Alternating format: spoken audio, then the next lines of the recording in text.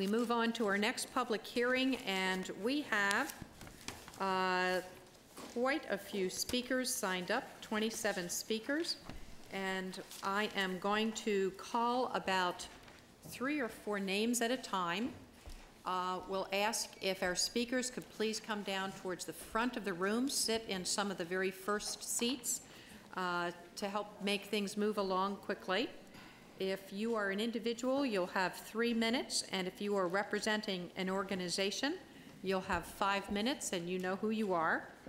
I'm going to ask if staff could just set the stage for us briefly. And first, let me call the public hearing, and then I'm going to turn things over to James Pattison and Joyce Dowdy and our other staff who are here to give us a very, very brief description of the matter that we have before us. This is a public hearing concerning the I-95 waste to energy facility. The facility is located in the Mount Vernon district, and I will just say to everyone who is here and getting ready to speak, we are not going to take any action to actually choose to purchase or not purchase or to have terms of a lease that we are voting on today. However, there may be a motion with some strategy for us to move forward.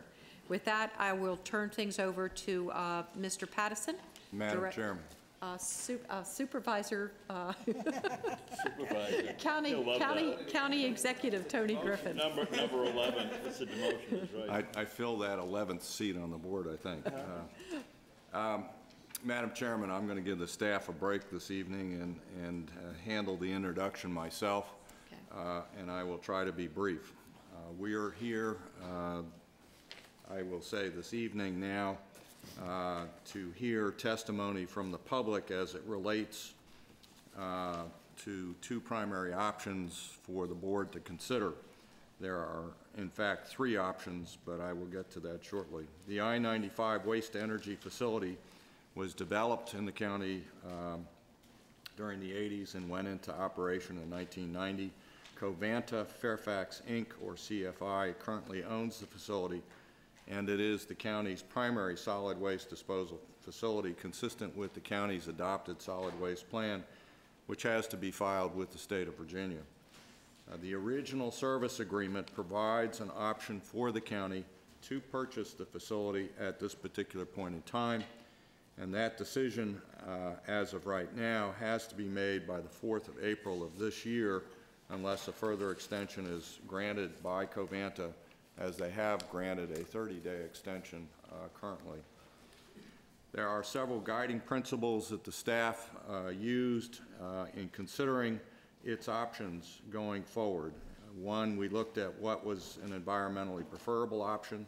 Secondly, look at the economics. The economics have to be acceptable. We're looking at it in the context of the board's solid waste plan. We want to mitigate or minimize any risk to the county, and we obviously want to be in a position where we can be responsive to the community. The county staff did not do this by itself. It has retained a qualified team of experts, including HDR, which is an engineering, economics, and modeling firm, Verka and Bartolucci, which evaluated the condition of the facility, Malcolm Perny, that provided an independent evaluation to the county staff, Energy Ventures Analysis and the Radle Group that assisted us in trying to project energy revenue and the energy market, and we retained 2 legal counsel from Williams, Mullen, and White and Case. As I noted earlier, there are in fact 3 options. One obviously is the purchase, which many are here to speak about. Secondly is entering into a long-term agreement with Covanta. They currently have an agreement with the county to operate the plant through 2016, and at this point in time they also own the plant. The third option is to allow our current long-term agreement with Covanta to expire in 2016 and to just respond to what is happening in the market. The recommendation to date is that the board should consider buying the facility. And I would note that there was a very interesting ad in last week's Washington Post titled, "Whose Bright Idea Was This?" Fairfax County's misplaced priorities and misleading facts will cost you money. I guess I will take the credit for the bright idea, and the reason being is that I feel my obligation is to look out for the ratepayer, who in fact happens to be Fairfax County residents. The terms that have been negotiated to date, and I underscore to date, because the staff believes it's still negotiating with Covanta over terms, but the terms that they have presented to the staff to date have not been at the level that would permit me to suggest to the board that we continue a long-term relationship with them in lieu of purchasing the facility.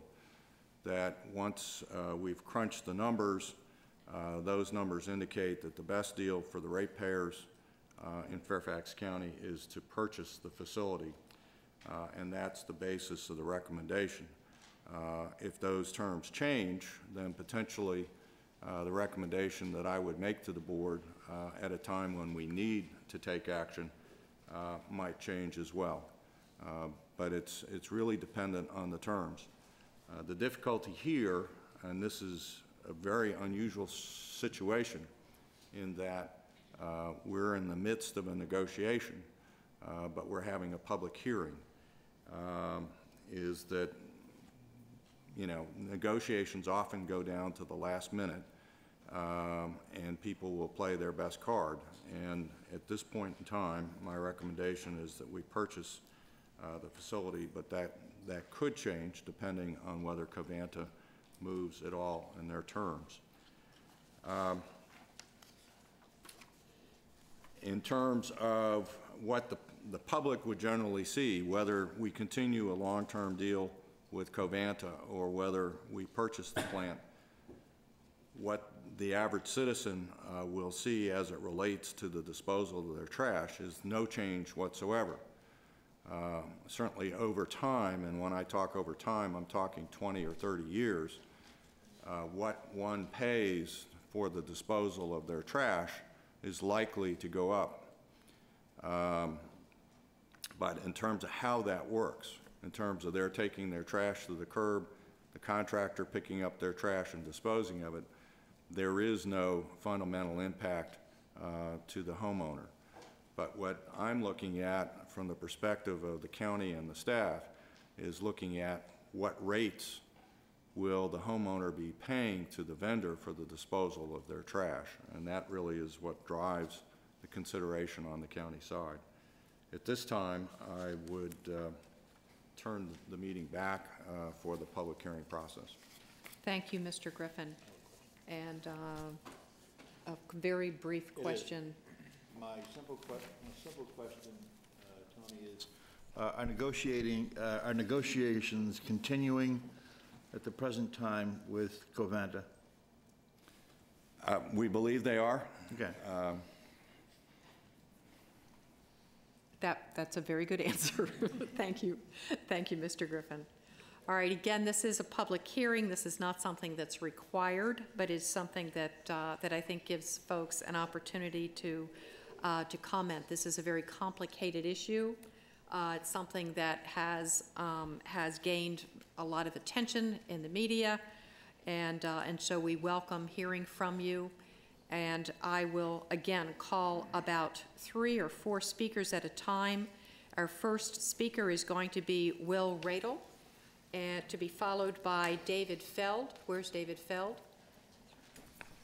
David Feld is right up close by, to be followed by Jim Corcoran. Jim. And Amy Lowenstein. Amy? Okay, very good.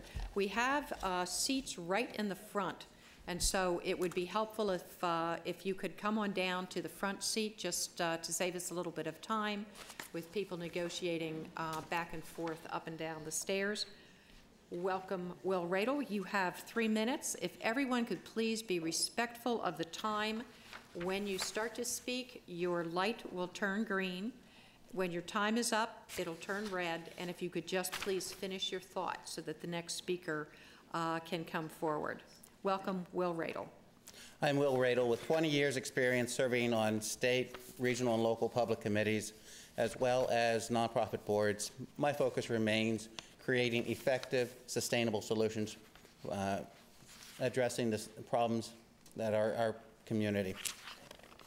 Friends, you have the privilege and the responsibility of advocating the best interests of Fairfax County and our people.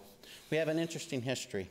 In 1988, Fairfax County issued $251.9 million in revenue bonds to construct this incinerator, following a unanimous vote by the board to issue up to $300 million in revenue bonds on October 28, 1986. Tom Davis and Chairman Jack Harity voted for it. Now you may buy the same incinerator at fair market value and keep the same operator. Fairfax County is engaged in active discussions with Covanta at this time because of our previously negotiated purchase option. I'm here to provide good counsel.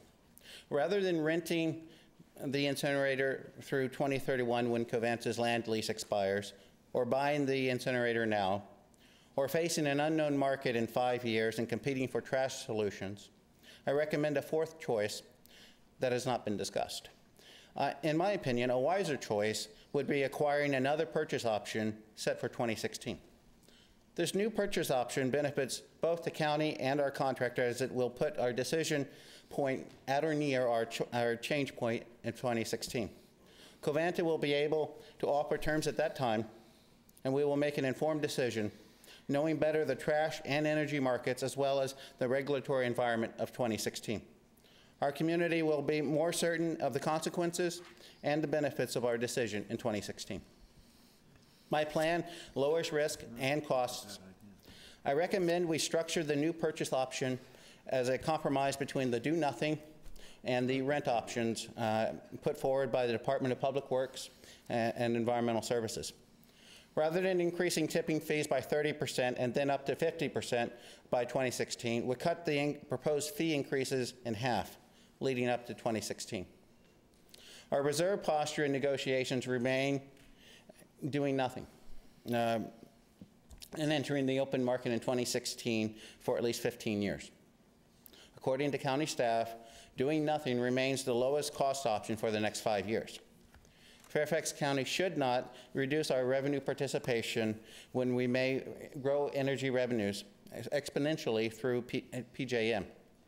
As increased revenues materialize, we can offset increased fees. In closing, let's see a show of hands. Who is ready to look in the eyes of a parent, the parent of a child who does not have access to full-day kindergarten, and explain how you voted to invest $418 million to buy an incinerator that may or may not enable us to burn trash more cheaply in 18 years? Thank you very much, Mr. Radle. David Feld.